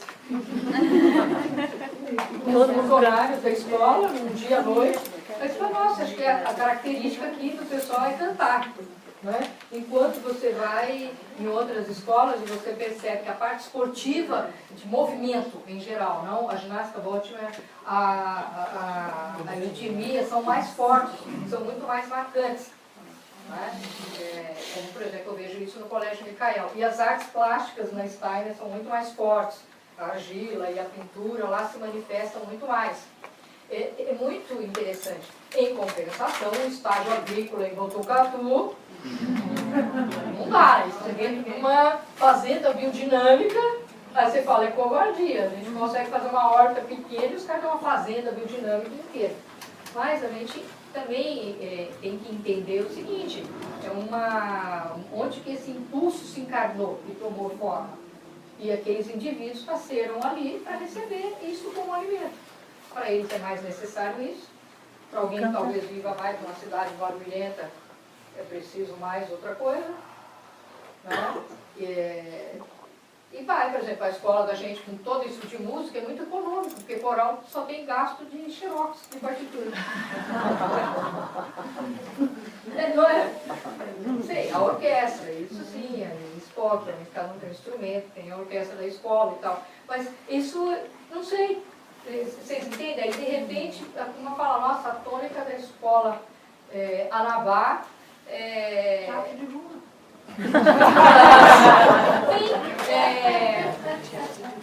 Gente, hoje que eu vi uma escola, teve uma época em que o forte deles eram as aulas de circo. E era uma coisa fabulosa. Aí a gente fala, nossa, parece que nasceram alunos que precisavam desenvolver equilíbrio aqui. É com malabarismo, para ser equilibrista, uma porção de coisas. Então você fala... E a gente tem que acreditar também que os alunos nascem mais ou menos onde eles precisam. Ali, as crianças e os jovens, eles estão próximos. A gente tem que ter essa confiança no arcanjo da escola, né? e nesse grupo, nesse colegiado. Tá? E ninguém precisa ser a cópia idêntica do outro. A própria escola vai, e os alunos vão dando essa forma. Então, eu estou olhando ali, são 10 para as 9, né? Não sei se a gente tem perto de 9, mais ou menos, né? Se a gente tem mais alguma pergunta muito interessante. Voltando à questão assim, de iniciar na escola Waldorf, né? Já que você participou de alguns processos, assim, como que é diante do Conselho Municipal de Educação, a Secretaria de Educação, esse trâmite? Assim? Como é isso? É como montar uma escola de ensino fundamental. Você tem que fazer um pedido especial, né? Eles não podem impor prazos, entendeu? Muitas vezes, eu não sei, a nossa lá é um pouco preguiçosa, ela fala, não vai ser possível. Aí você vai lá na lei e fala, é possível sim. para o ano, por exemplo, Pro de outro um ano tem para o outro? diferença? Eu acho que não. Eu não sei, né? Já me perguntaram isso, eu falei, não sei, eu moro no estado mais rígido quanto a leis. Não sei aqui no sul como que é, mas lá é muito chato, como serviço estadual, né? E aí você tem que fazer um pedido especial e apresentar um plano. E se vocês forem montar e não for montar aos 3 anos, você tem que deixar isso bem escrito, que isso vai ser uma implantação progressiva. Ou seja, cada ano haverá um crescente. E que para este ano, esse é o colegiado X, e serão as seguintes matérias. E todo o currículo mínimo exigido pelo governo brasileiro está na internet. Um tanto de horas mínimas, isso está disponível na internet, com todas essas leis. E professores com licenciatura. Que professores? Não, Mas que professores? Quantos? Não, os professores todos têm que ser licenciados em concluído tá. Isso já me foi perguntado e os professores no Brasil, eles não precisam necessariamente ter licenciatura. A partir do 5º ano, se eles tiverem um curso superior e nesse curso superior ele tiver feito disciplinas em que se tem uma carga horária afim ao que será lecionado. Então, por exemplo, um advogado, quantas horas ele tem de língua portuguesa? No currículo histórico escolar dele. E geralmente ele pode dar aula de português. Se isso chegar a 160 horas. Né? Então, imaginem, sei lá, um agrônomo. Quantas horas de química teve no currículo dele? Ele pode lecionar química se chegar a 160 horas, somando todas as disciplinas afins. Isso é permitido na lei brasileira, isso chama lecionar em caráter especial. E porque há uma grande carência de indivíduos com licenciatura para ensino no Brasil. Então, e eles ainda levam muito em conta se essa pessoa tem experiência em lecionar. Isso chama-se lecionar em caráter especial. Tem que fazer um pedido oficial. Solicito para lecionar em caráter especial, isso está dentro da legalidade, e isso pode ser feito com professores a partir do 5º ano. Não há problema ou constrangimento. Talvez eles digam, nossa, mas não tem ninguém com licenciatura em Florianópolis. Aí vocês, foi o que eu disse, publicar até um edital e ver se aparecem candidatos e comparar com o que vocês têm, se esses candidatos vão valer a pena ou não ser contratados, ou se eles aceitam uma carga horária pequena de trabalho, né, porque talvez por um 10º ano o indivíduo vai trabalhar numa época. Você sabe que, se sendo uma escola que tem uma pedagogia específica, essa exigência que a escola também pode ser, além do professor ter uma formação específica, ele tem que ter uma especialização, um aprofundamento em pedagogia, Paulo? Não, por lei não. Não pode? Não, por lei não pode. Isso fica como critério interno. Se vocês assumirem isso como critério, vocês podem talvez colocar em regimento, ou ainda não colocar em regimento, até que consiga que a maioria tenha, mas isso tem que ser uma decisão de vocês. Essa nossa é óbvia, né? Sim, Sim, não, mas por lei não. Por lei eles não podem exigir, assim como eles não podem, por exemplo, exigir que todo mundo que dê aula numa escola católica seja padre. Se o indivíduo preencher os requisitos ali por lei, coisas assim. Quer dizer que nesse edital não pode ter esse requerimento. Que tem informação. Não, porque a lei brasileira isso não consta em nenhuma lei. Vocês podem, no edital você pode colocar como vigilância nem pode fora da educação municipal estadual, pode nos cobrar que por ser uma escola mal, que todas as pessoas têm formação válida. Isso que eu presento. Assim como ninguém cobra de uma escola mais válida tem escapado. A lei não prevê isso. As leis brasileiras não prevêem isso. Mas isso dá uma margem de conforto, porque também tem muitos indivíduos que fazem licenciatura que são professores muito ruins. Às vezes tem uns que são muito ruins. Às vezes foram fazer licenciatura porque não tinha outra opção. Não conseguiram encaixar em nenhum outro curso. E muitas vezes você tem profissionais que estão abrindo mão de outras carreiras para ser professor. E esses indivíduos às vezes são muito bons. E tem também a possibilidade da Dama verificar isso pela legislação, que esses profissionais de outras áreas vão fazer só a parte pedagógica, né? E comprovar que tem esse pedagógico e embora não seja licenciado, ele vai ser... Eu não sei, eu dou aula em caráter especial. Muitos anos. Mas eu tenho a impressão que eu tenho umas 500 horas de clínica. O nosso conselho aqui, eu acho que eles são um pouquinho mais formalistas. Eu não sei. Conselho estadual. Bom, eu não sei. Eu já encaminhei para a escola naval todas as leis que eu conhecia. E como que isso funciona em São Paulo, e como é o ensino estadual de lá, e se isso é possível. Eu acho que deve existir um em Santa Catarina de, assim, especial, mas nenhuma lei estadual pode contrariar uma federal, né? E eu sei que isso é possível no país inteiro. Agora sim, me parece, Carmen, que se for para fazer essa documentação, não basta encaminhar esse papel. Acho que tem que fazer uma comissão de pessoas, ir lá conversar, tá? Ir no Conselho Estadual, pessoalmente, tratar do assunto, explicar, para que não fique só no trâmite formal, entende? Tem que depender das relações que vocês têm com a diretoria local. Tem que ser o Conselho Estadual por ser ensino médio ou por ser ensino médio? Não se trata do Conselho Municipal, então?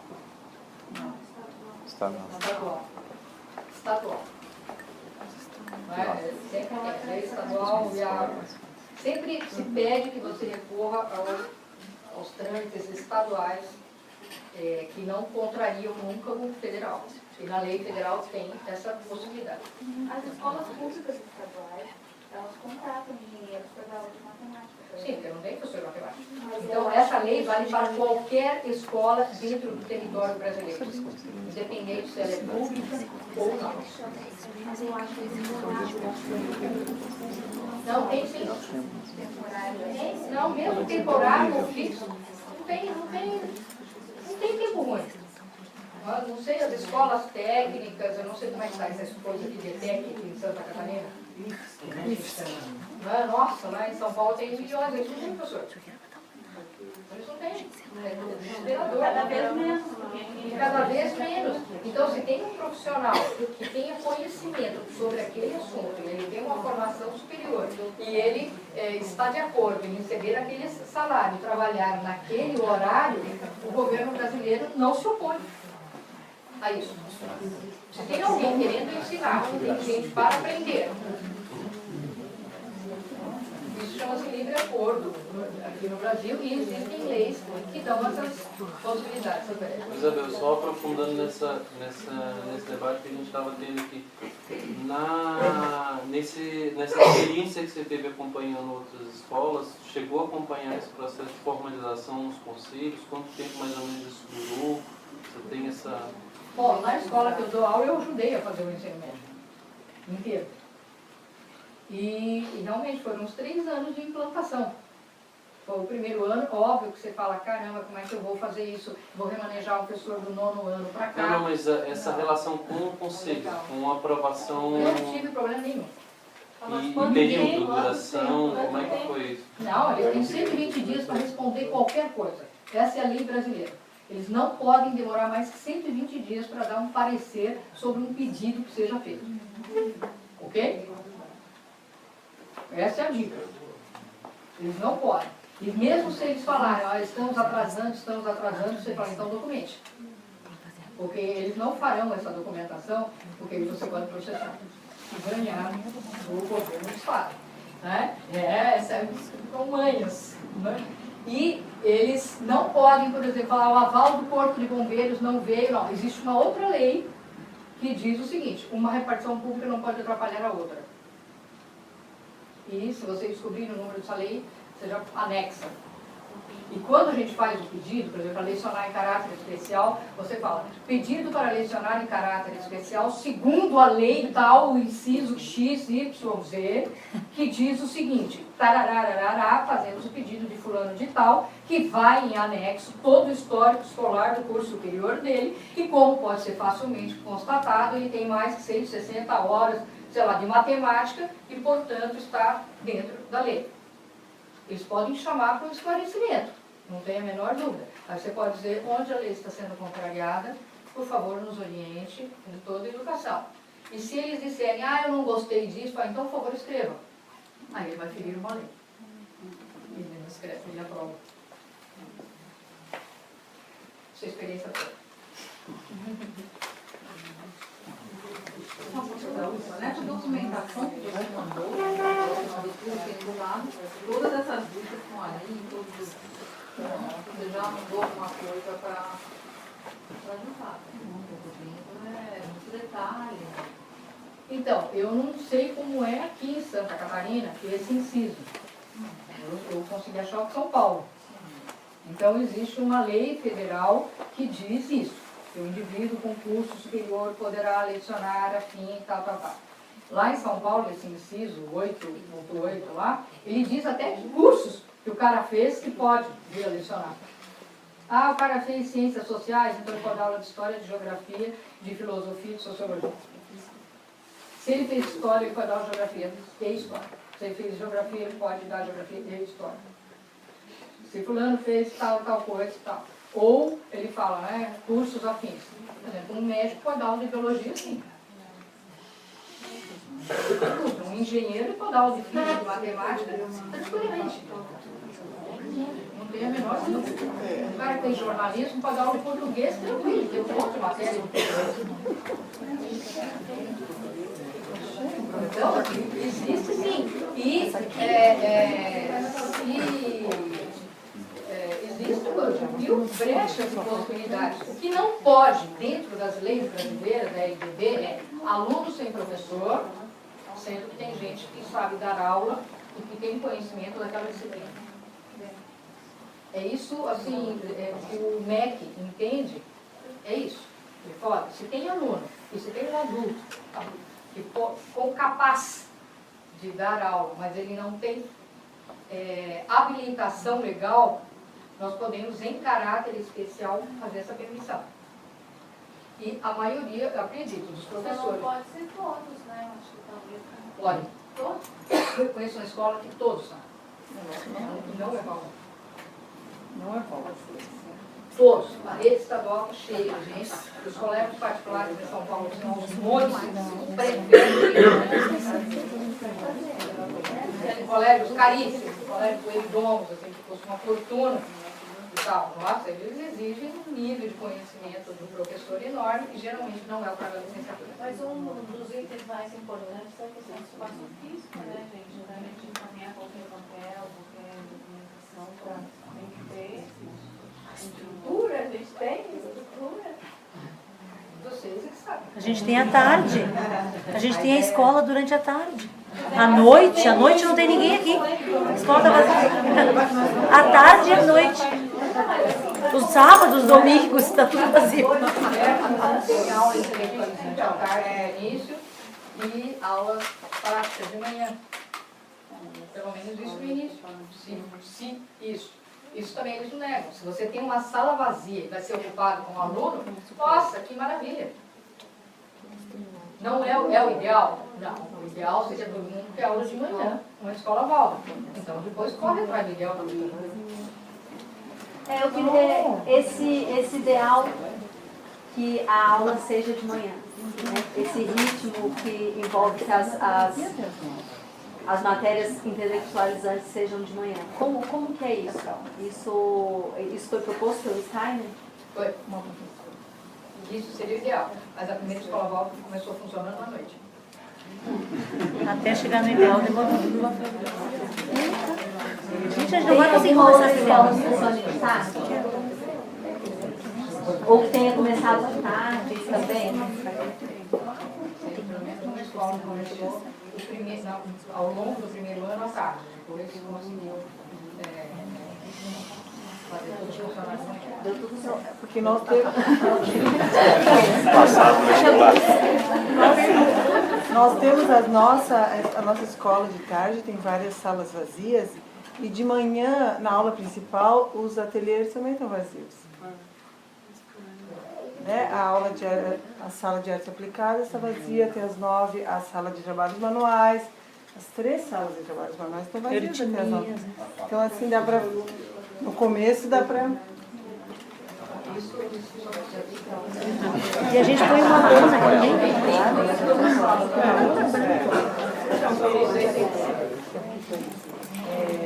Acho que a gente pode ir terminando essa palestra, né? Que acho que ela cumpriu com o objetivo, né? Muito obrigada, Isabel, por ter vindo. Amanhã ainda vai assistir a aula do Guilherme, né? De química, da área de assessoria. E a gente tem 2 pedidos.